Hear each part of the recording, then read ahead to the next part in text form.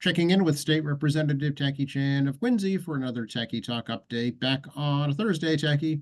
Yeah, back on Thursdays with Tacky on a hot and humid day. It's like 88 plus degrees at 11:08 a.m. So glad to see you haven't melted yet, Joe. No, I'm staying undercover for sure. And I'm so glad it wasn't like this during the Flag Day parade because we'd all be dead.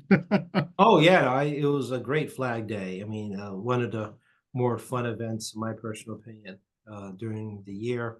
Great to see the families. The walk is mild in terms of distance in my mind.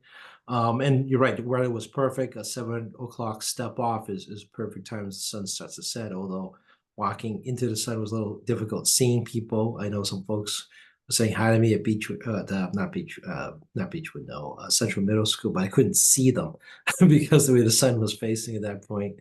And it was always great to see the kids, especially all the civic groups, and the marching bands come through. And for me, it's actually a quick walk home from Pageant Field. I'm just heading back to home in Wallaston, which is about a 15-minute walk. So from my standpoint, it's one of the better parades in terms of getting home. I don't actually have to bring my car. I can actually That's do good because there was no place to park. what is exactly it. And no, great fun had by Hall, and it was great to see people out there, and going with our friends and colleagues in government, heading down. So thankfully it was good because came Monday, we're just, we have a heat wave, and continue to remind folks, don't leave your pets in cars, don't leave your kids in cars. It gets inside your car to like 120 degrees, when it's only 80 degrees outside. Hydrate, sunblock. You don't have to overexert outdoors. Please don't. If you're able to, get to like a mall or coffee shop or something to cool off. And obviously, electrical bill is going to go up because power consumption is going up. So I do encourage people to, turn on your fans and air conditioner, stay cool. Maybe try to, you know, turn it on and off, depending on, the situation you're in to cool up heavily. Then you let it warm up, then cool up, cool down again. If you happen to have one of those folks that have an office still, yeah, use your boss's air conditioner. Hey, listen, either that or hang out in the frozen foods aisle at the supermarket. Well, as I was talking many years ago, I was in Vegas on vacation. This was, God, almost 25 years now. And we were talking to a couple that moved from Colorado to Vegas, and we told them what's one of the most biggest challenges. And the response was getting the ice cream to the car before it melts. So, Yeah. I yeah, mean, yeah, it's routinely over 100 degrees there. yeah, so you have to actually bring your coolers with you, small coolers. You got to bring frozen projects, especially ice cream, into a grocery store because your car is like 150 degrees, and you may not park close, so it could be like 90 to 100-degree hot sun. It's ice cream melts really fast in a dry situation. That's right. Invest in some dry ice just to Yeah, keep the ice cream cold. that's what we don't have to deal with here, and most people, unless you shop in other states, don't realize exactly how much we love our ice cream. It's true. Yeah, I think New England is, if not number one, right up to the top of ice cream consumption. Well, it eats like two-thirds to a full roll of frozen aisle in a supermarket here, and you go to other places, it's not even a half or a quarter. And people from other states shop here first time, don't realize exactly how much different brands of ice cream will eat. And not like I'm encouraging folks to eat a lot of ice cream because it's a lot of sugar and fat. But we are a ice cream eating location as well as other frozen products, and Yeah. we have ice cream for dogs in Oh, super. yeah, that's right. Yes. Well, hey, look, Hood and Friendlies both started here, so there you go. Oh yeah, hoodies. We all love our little hoodie cups as children. They were like what, 25 cents a piece or Yeah, 20 you cents. get a little wooden spoon with it. Yeah, maybe environmentally friendly as a result. Could be. I don't think that was the thought at the time. My Google, Microsoft, whatever thing on the bottom corner just screamed heat advisory again.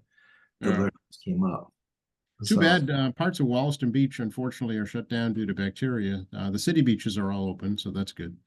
yeah, this is a result from the heavy rains. I mean, there's been a lot of flushing to Wollaston Beach. Again, I'd like to remind folks that if you pour, fecal matter from your pets or oil or detergent into a storm drain in Quincy, it goes straight to Wollaston Beach, mostly in the Wollaston, North Quincy side of it. If you're down closer to the point, and parts of Townbrook, I mean, that stuff all goes straight to Townbrook and into the Fall River.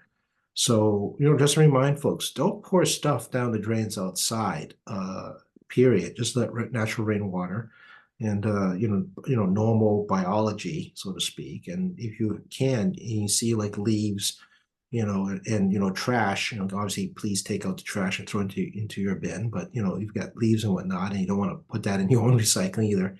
Move it to the side so water can move more quickly, down the drains. But please, please, please don't put any non-natural stuff into our drains, especially chemicals and fecal matter.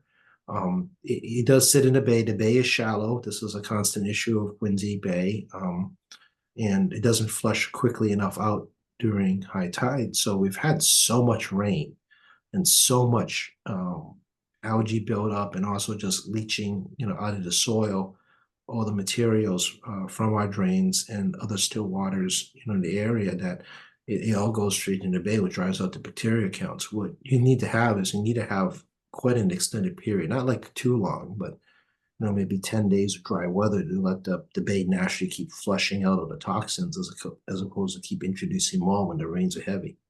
Right. Yeah, exactly. So just be mindful that there's, signs and flags. You can ask the lifeguards that are on duty now, as Yeah. well, and check with the Quincy Health Department too. And some of the city and other kind of marsh beaches aren't inside the bay. So, for example, Swan Point Park, which is owned by the DCR, they have that really cute little beach that faces the JFK. I mean, that's outside of the Quincy Bay area. That's actually fed out through the Neponset River. If you go into Howe's Neck in Germantown, those are facing well outside of Quincy Bay, so the water flushes differently. Right. So the city beaches, and some private beaches, because some beaches are deeded to the homes, won't have as high bacteria counts because they're not inside the Quincy Bay region. At least at Fall River and the Ponset, are rapidly just pushing water into the bay. Here, when the tide goes up, ocean comes in. If you see, it's kind of a one way in, one way out, kind of half moon situation in Quincy. And of course, I live in front of Black's Creek, as you know, so tide's high, and the tide gates are up. Because we're not in a flood situation, you can, obviously the estuary fills up. And then, when there's a heavy rainstorm, tide gates are low to keep the tide from coming in. The estuary fills up again, but the water will take a lot longer to flush on out. So you have these in Montclair area, you have some of these in Adams Shore, Howe's Neck, and then you have I'm trying to remember where the tide gates are in Squantum, but I don't know if there are any. But Oh yeah, no. yeah, I don't know. I know there's some in Montclair. I definitely know there's Adams Shore, and obviously I live at a tide gate. So that's part of it too, is that water kind of sits longer in the tide gate, waiting for the tide to shift, and then all that bacteria and other stuff's kind of swirling out there for a while. Right. Yeah, and it all depends on when the test is taken, as well. Yeah, there's always about a 24-hour delay regarding the test, but even though there's about a 24-hour delay, the reality is it's not like the bacteria counts are going to instantly disappear overnight. Right. Yep. Exactly. The clock is ticking, Jackie, at the State House, I'm sure. Yeah, no, we were discussing a little before. We're counting down the days, 31 days in July. We got 10 days left in June. So today's the 20th, which means there's about 41 days left in the session. And, schedule has definitely been picking up. I predicted last week talking about economic development bill, which did not happen. We're doing midwives today regarding creating a regulatory path for midwives, as well as addressing more postpartum depression. We have a postpartum depression commission that's been looking at this issue and came up with new recommendations as we continue to study the impacts of postpartum and how little we know about it, actually. And I suspect every few years there'll be a new study out, and the state will have to address it as we go along. So yeah, we've been busy. So we did housing, we did revenge porn, we did opiate abuse update, we did this parentage legal update. rumor in the Hill is that we're going to do Econ Dev next week before the July 4th week. As you all may know, we don't operate on a holiday calendar. Speaker has the freedom to pull us in whenever he wants to. I doubtful we're going to do a holiday. This isn't 30 years ago where people show up for Christmas Day. No joke, that was a thing at one time.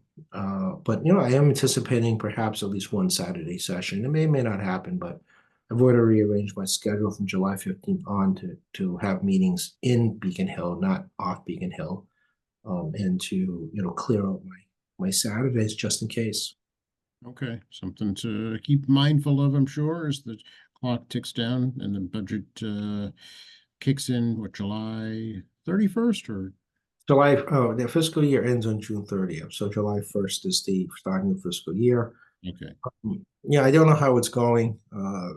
Budget revenues seem to be better. It's kind of a weird thing because if you cut and you reduce your projections and you come up higher, it's based on the new projection, not the old projection. So you have to be kind of careful when you listen to the news about this. It can get very confusing because they don't always reference which projection we're using. They just say projection. So it kind of leads to this kind of false understanding of which one we're talking about. But overall, I think it's going to stabilize, and we have a better handle as we move to an economy that's in a weird state where it's cool but hot, and it's, as you talked like for a solid year now, it's just very strange. Well, exactly. Yeah, it's both. It literally is both. Yeah, low unemployment, wage growth is up, but you still can't afford anything because inflation's up, inflation's down, but you're not feeling it because the inflation decline is just fractions of a decimal point, or fractions of a percentage Mm. decimal point, so you don't feel the impact right away. It's always like a delayed impact response. The only exception is really auto fuel. You can see that right in front of you, like right now. And of course, hitting the grocery store is the other one. But obviously, you can drive by and see the price of gas. Mhm. So, unfortunately, a lot of this data, which is real data, but the Federal Reserve actually goes to stores, goes to gas stations, goes to buy tickets in different parts of the country to get a big spread review, and then creating an average of that to create the CPI and PPI and all the other indexes. So it isn't like just like made up data. They actually go survey the whole country. And the problem is it is a survey of the whole country. So what you see on a national level doesn't necessarily reflect specifically where you live. And this is kind of that national data for a very big country. We're a big country. People Right. forget how big we are geographically and population. We're still the third biggest country by population. So there's a lot of discrepancy, from the price in Idaho versus the price in Massachusetts versus the price of Kansas versus the price in Florida versus California versus Vermont, right? So, the macro numbers look good, but again, it doesn't necessarily reflect where you are because how it's averaged out. But I will say that, gasoline prices, is remarkably stable given the time of year, as we head into, I think school ends this week. People preparing local travel plans. Right. Yeah. Yeah. We're in kind of in a bubble here in Massachusetts. I read not too long ago that the state has the highest cost of living in the country, but when you start to average out across the other 49 states, it brings our costs down. But it's not a true reflection of what it actually is. Well, that's correct. I mean, we all live in our little bubbles around the country, and even in the state, for example, the cost of doing business, out in the Berkshires, 3 or 4 hours, depending, or five, depending what road we're taking and how far you're driving, very different from Greater Boston. And as a result, while we're very Boston centric, we are in Quincy, we are near Boston, so we tend to be in part of Greater Boston centric. It's a different conversation. You go to Merrimack Valley or Worcester or deep in the Berkshires or Springfield or the Southeast or South Coast or the Cape. I mean, we are a very big and diverse state. And I kind of like to remind folks of this as often as I can, that, we do look at these things as statewide issues. And, we bring our individual points of view from our own districts, right? I Mhm. mean, I do pay attention to what you guys tell me. And, we bring those point of views, which is sometimes not the same point of view of my colleague, 40 miles away, but that's okay. I mean, this is how we try to find a balancing act at our level regarding policymaking, because our individual constituent interests are important to us, and we're not always going to get what we want, which disappoints every constituent in the state, by the way, because not every constituent's getting what they want. But I Right. mean, every constituent's voice is heard, and we try to address as a little bit as we go along. So I'll give an example: is the towns around the Quabbin Reservoir don't receive water from the Quabbin. And that decision was made by those towns when the Quabbin was built. Oh, okay. And that was not a decision reason. That was not a state decision. That was a decision by the towns way, way back at the beginning. But there also there's huge environmental buffer zones around the Quabbin. You can't develop, you can't dump, you can't do a lot of things within a quarter to a mile of the Quabbin for obvious reasons. But at the same time, though, it wasn't like we closed the door to the idea. And some folks around here, told me that doesn't sound like a bad thought, but no one asked the question, how come they weren't in at the beginning? But it's also like a lot of years later. And it's an idea that we had a discussion about in caucus, and the speaker was not close-minded to the idea, and something to have further conversation about. So same thing of like expansion, Enderbury services down into South Shore. Speaker's very interested in that. Obviously, Speaker's been working on Enderbury issues from day one. And he, is very conscious about the importance of water and how to make things work, because you don't have water, sewer, electricity. And to be honest, folks, some level of natural gas, economic development is very difficult. Yes, yeah, and parts of the Cape still don't have natural gas service, I know. Yeah, it's getting a pipeline out there, and it's going to be tough on them because electric. I mean, if you look at the ISO New England app on the average price of electricity, I'm trying to remember, is the Cape its own region, but it's extremely high. You're end of the line, and you got a hardness to get power to because you're end of the line. We've shut down several of the coal burning. Well, actually, shut down all of the coal burning. There is no coal burning on the Cape, and as a result, you don't have like a boost from local power. Right. And our windmills, solar's a little hard in the Cape, but there's a lot of other environmental issues. Erosion is not a good thing. Solar panels can't create erosion, but I mean, you have some windmills and you got some other stuff, and that helps. But they don't have a generating facility that's sufficient to give them an oomph. On days like this when it's like 90 degrees and power consumption is enormous today. So, and then you get natural gas out, you have to build a transmission line. So you have to build a near the big pipe so people can tap off a big pipe. And good luck building a big pipe. I mean, it's the resistance of every community on the way to the Cape, and perhaps even parts of the Cape, is a practicality. It's Right. very difficult to overcome local resistance. So I mean, you may be in the Cape, and you're gonna have to cook a propane if you want to have that high heat. And propane is expensive, but in the summer months, electricity could even be more expensive. Mhm. Absolutely, yeah. Whatever happened to that hydroelectric line from Maine? Did that ever get done? That's still kind of a work in progress, for lack of a better term. I mean, Maine had Okay. a ballot question out there which overwhelmingly rejected having a line put up. I think it's really is a federal jurisdiction. The feds have already kind of been in there. It's like a struggle between the locals and Massachusetts, because we're the beneficiary, although they get the jobs. But again, construction jobs, are not like permanent jobs. They come Right. in. But yeah, it's kind of a work in progress, and we're kind of eagerly awaiting for this line to get completed. The transmission line is crucial for us to meet our renewable energy portfolio, and also added a steady amount of clean power coming our way. And Quebec intentionally overgenerates to sell. It's why electrical prices in Quebec are significantly lower than anywhere else in North America, because they Hmm. overgenerate on purpose, and the savings passed along to the customers. Interesting. Yeah. It's like Alaska, they get revenue from the oil pipeline. It's as part of the agreement. Yeah, and they get they incentivize people to move to Alaska. They get a huge tax credit, which is basically cash back to each Alaskan resident, provided they meet certain residency requirements, to incentivize people to want to move to Alaska to work. Mhm. Although as will kind of change how we do our fuel structure, and the demand of which that obviously impacts places like Alaska in particular. Sure. I know we've talked about this before, Techie, but now it looks like there will be a ballot question regarding auditing the state legislature. Yeah, this is no surprise. I mean, the state auditor, made this a campaign, a platform last year, and they're going to push forward with it. I have a hard time seeing the public not voting yes just because.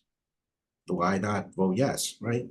However, I still maintain the position of separation of powers. Those that know me know that I did take a degree. I do have a degree in politics from a long time ago, but I'm also a observer of government, and I've seen, other provisions trying to get through, not just here, but also on national level regarding, whether it be ballot question or um, legislative processes to do things, and whether it's a conflict of constitution. And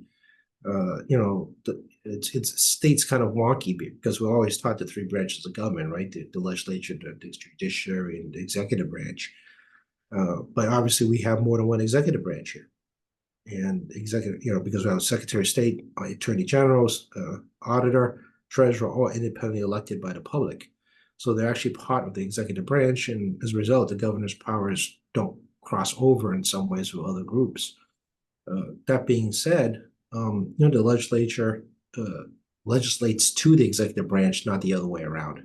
Right. Yeah. Yeah, that's part of the civics 101 that I think everyone's forgetting about. The Constitution in this country gives legislative bodies the ability to legislate to the executive branch for the executive branch to execute legislative initiatives that are passed into law.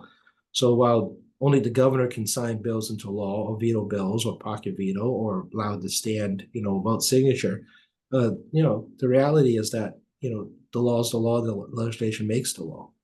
So the governor, the executive branch can't create laws. They can propose, I suppose, and suggest, but that's it. Yeah, and the legislative branch and the executive branch cannot interfere with the legislative branch. For example, it is against the Constitution for the governor to have state troopers detain legislators on the way to a vote. Oh, I didn't know that. Interesting. Keyword, on the way to a vote. Yeah. Okay. Yeah. Right. You will get arrested for other things, and if you're speeding, they can't detain you, but you will get a ticket eventually.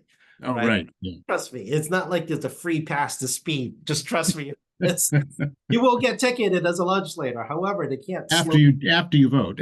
After you vote, you're getting that ticket. Yeah. It's not that you're not getting a ticket, but the governor can't order the state police or other entities to stop the legislature from showing up to vote. I mean, that is a constitutional provision. It makes sense when you think about it, right? The governor wants to derail the legislature, then you just prohibit legislators from entering the state house, right? That you can't do that. The executive branch cannot interfere with the functions of the legislative branch because we're the ones that tell the legislature, the legislature is who tells the executive branch what to do. Right. The public through us, sets that policy up.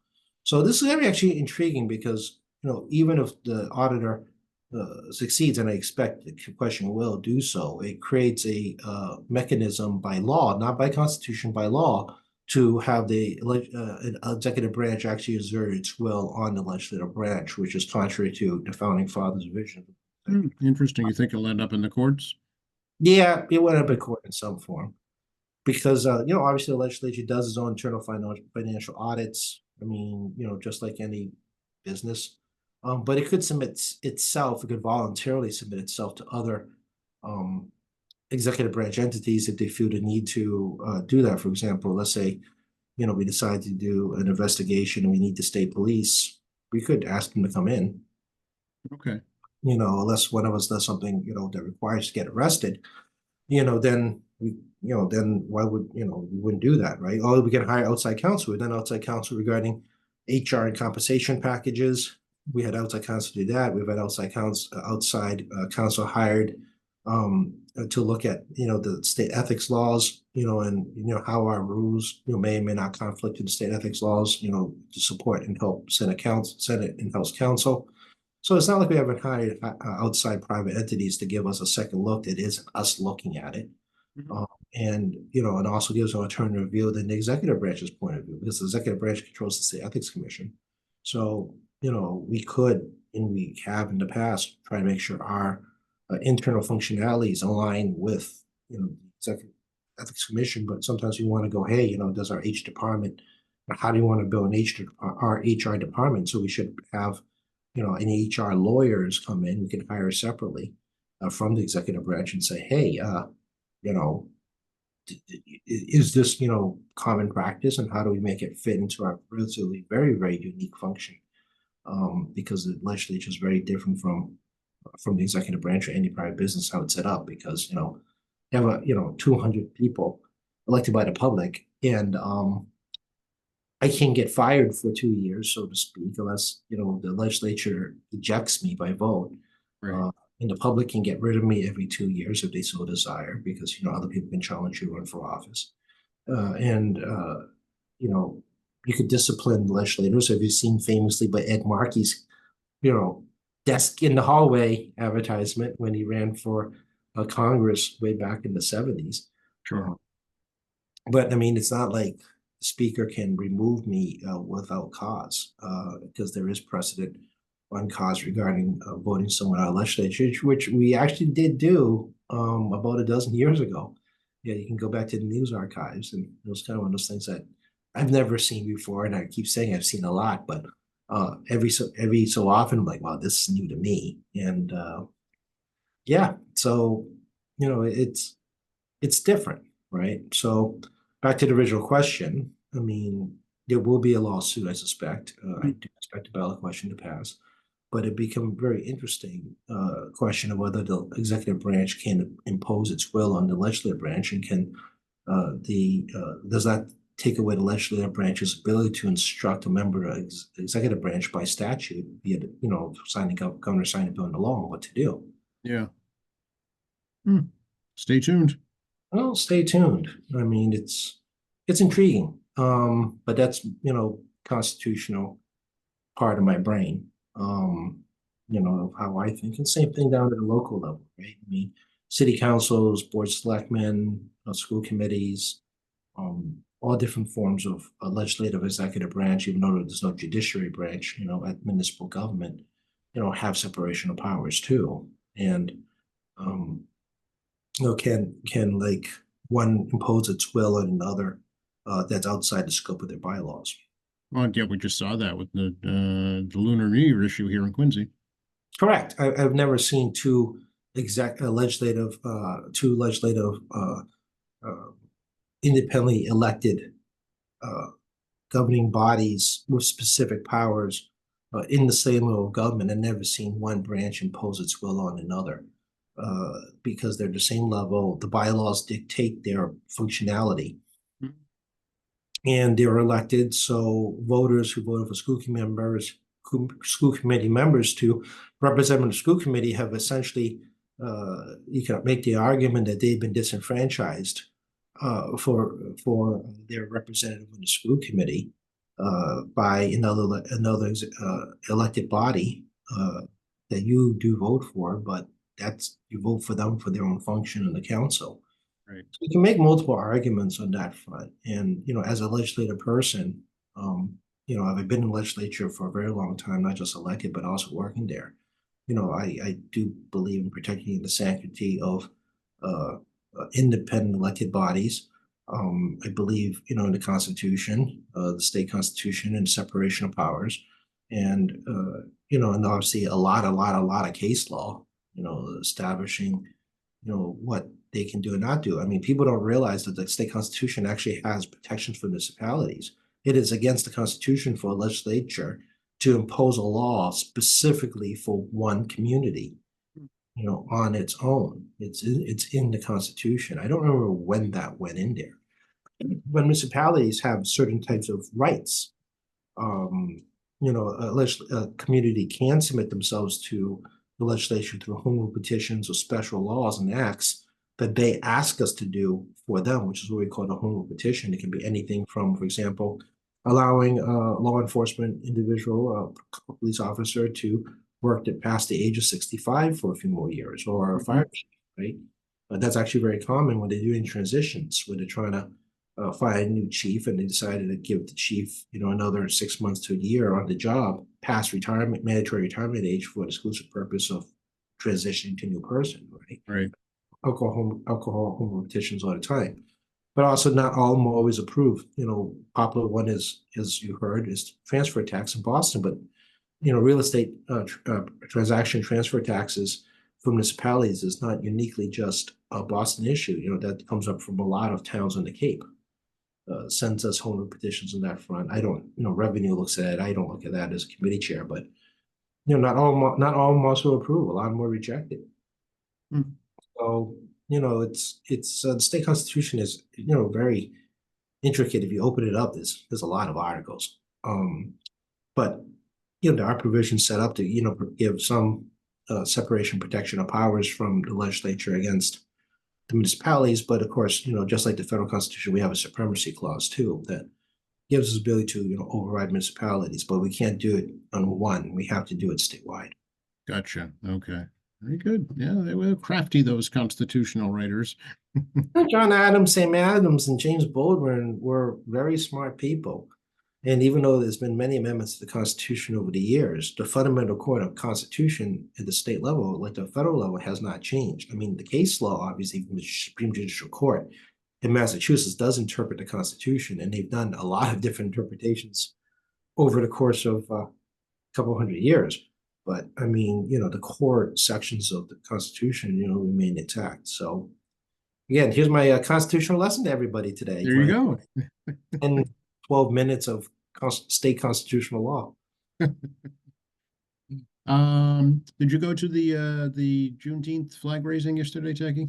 I did not. Okay. I'll be frank about that. Did not make it my way to Boston. I actually did spend yesterday doing a lot of small office work that I haven't done in a while. It became like a whole lot of combination of stuff, emails and stuff I've been not ignoring a little bit at the state level, and documents that staff wanted me to read. Plus, I had to do some campaign oriented stuff yesterday as well because it was a good day to do it. So yeah, I was doing a lot of like small, like little projects all day, at the work and campaign level.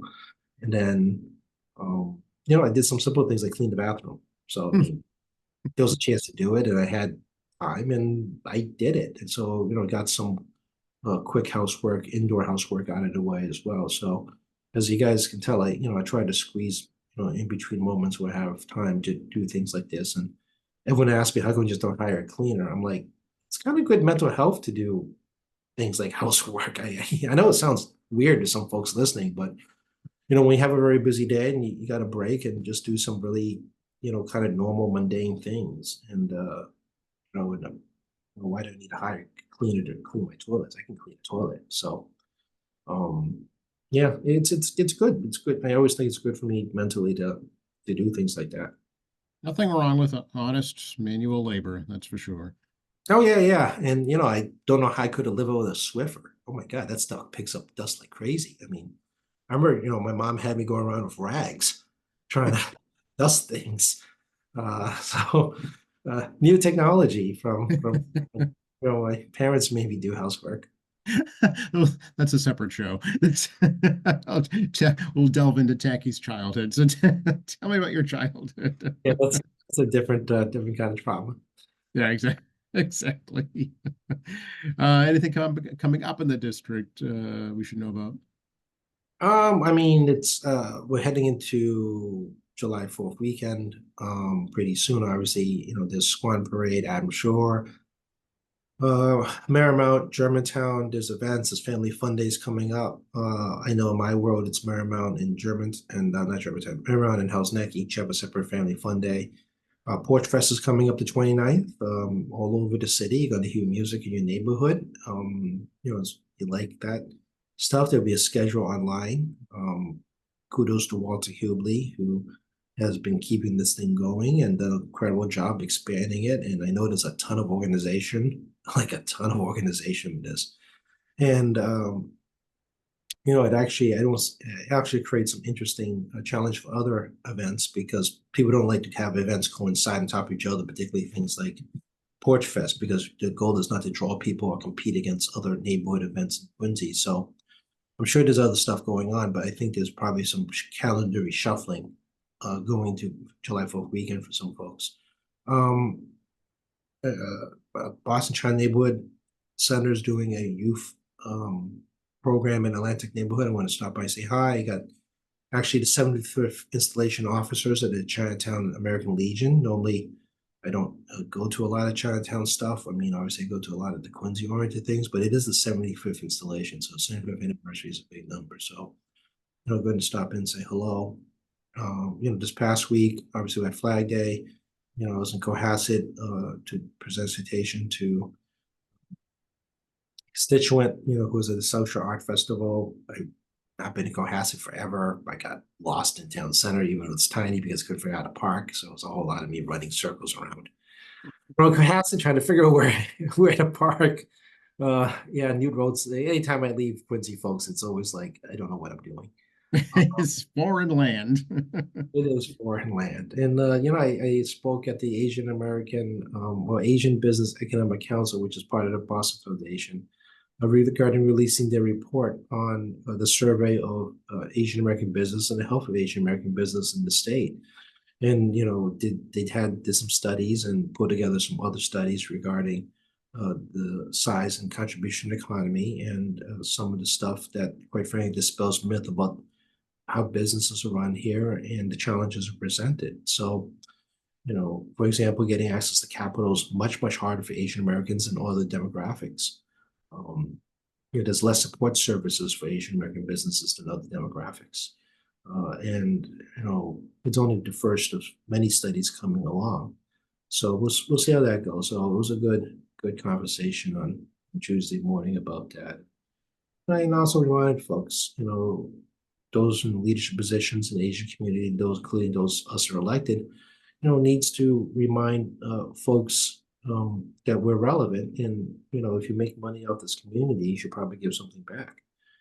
And try to be a voice in boardrooms, whether it be not-for-profits or for-profits, to talk about something that likely no one else in the room knows about or understands. And yeah, I know it's a balance act between your employer and you, because obviously you don't want to lose your job, but you shouldn't be afraid to speak up and try to bring greater education. Do you know how many times I talk about different Asian ethnic groups issues and I get that look on the face from people like, because they can't relate to it. Mm-hmm. And even among ourselves, different Asian ethnic groups, their different ethnic groups aren't all the same. So even then, it's a learning curve among our own demographics. So this is a good first step. It's the first time to put this together, and businesses have been here since the days of the tea trade in the colonial era. And there's been some variation in Chinese businesses here since the 1850s to the 1870s, 1890s. And Chinatown is about 1880s-ish. It's hard to pin the date down because there's no good records, but it's been here a very long time, but people treat the businesses like they showed up yesterday. And some of them have been here for a very long time. And my good friend Donald Wong, at the Kowloon, has been there almost 70 years. That location, and they're going to tear down the old Kowloon. So if you haven't seen the Kowloon in Saugus Route 1, definitely visit, because that building's coming down perhaps sometime end of summer. And they're going to build a new Kowloon with a mixed-use building. But I mean, that's a demonstration of a 3-generation business, Asian business, and Chinese family that made it work from a 4-seat restaurant to a small empire, so to speak. Much, yeah, exactly. Yeah, it's huge. Yeah, and that wasn't, they did it a lot of their own capital. It wasn't like there was a whole lot of outside capital available. Going to the Celtics victory parade, Techie? No. Please be safe if you go. It's still going to be very hot. Don't climb the lamppost. Don't step on top of garbage cans. Be cautious. I know they're going to be out drinking alcohol. I'm not stupid. I mean, the bars will be full, but it's also going to be really hot. Yes. Yep. And alcohol dehydrates you really fast. Yes. And people tend to get a little stupid, on these type of big parties. So, please be very careful. You bring your kids, keep that in mind too. It's going to be a brutal weather day. I suspect a lot of school kids are not going to be in school to be excused absence if they're not in school, because so I know some school districts are a little bit off because of reasons, which I won't get into, for different reasons. But yeah, no, please be careful. I mean, public transit. I know we live on public transit, but it is the safest way to get in and out of the city. And the tunnels will be hot too, because just you get enough people in those tunnels. It doesn't matter what you do; it's going to be hot. It's true. Yeah. So time you come in going, obviously I want you to enjoy the day. So I've been around for enough duck boat parades, from the Red Sox to the Patriots to the last Celtics championship, which was the same year as the Beijing Olympics, I think. It's been a little while. 2008, I think. Yeah, it's been a while. Yeah. So so I've seen a lot of duck boat parades come through. But also, it's the first one for Mayor Wu, and I think every mayor in every major city of a sports team, wants to be in at least one parade for a championship of local sports team. So, congratulations, Celtics, for quite frankly a dominating year. It's great to see a team that dominates and wins a championship. And of course, we've seen many of those, like that didn't quite make it to the end. I mean, sadly, the Bruins didn't this year, but we all remember the so-called perfect, not perfect season of the Patriots, where they just actually were just crushing people right through into the Super Bowl, and the perfect non-perfect year, right? Yeah, exactly. So it's great to see a dominant team just able to maintain that that ability all season long, right to the very end. Certainly good for the economy too, I'm sure. Yeah, it's a 1 day boost on a Friday in the summer. Um, and yeah, they said again at the very beginning, definitely please, definitely enjoy, but please do be careful. It is hot. I don't know when you're going to hear this. This is also part of the problem. So by the time I hear this, you might already be at the parade and done and going like, why is he talking like that? Which back to earlier, do not leave your kids and pets in cars. It is very hot. Um, and also, it's also the year of scamming. Scammers are back up, or skimmers, or whatever you want to call them. I mean, I've already got text messages on my phone, random messages about recruiters, random messages about my Easy Pass, needing to get paid, banking information with banks I don't bank at. Don't please don't click on links on your phone and go do that stuff. If you're very questioned about whether or not this is legitimate, go to the back of your credit card, go to your bank statement, go online to the bank, log into your accounts. You can check many other ways whether or not your account's been tampered with, and this is a scam. Same thing if email scams are coming up. If you look at the address, return address of the email, it doesn't look anything close like legitimate. It would be missing one or two letters or just completely gobbledygook. And the targeting senior citizens. I had a friend in conversation with a friend with an elderly father, and fell victim to a scam from a group pretending to be Amazon. Mm.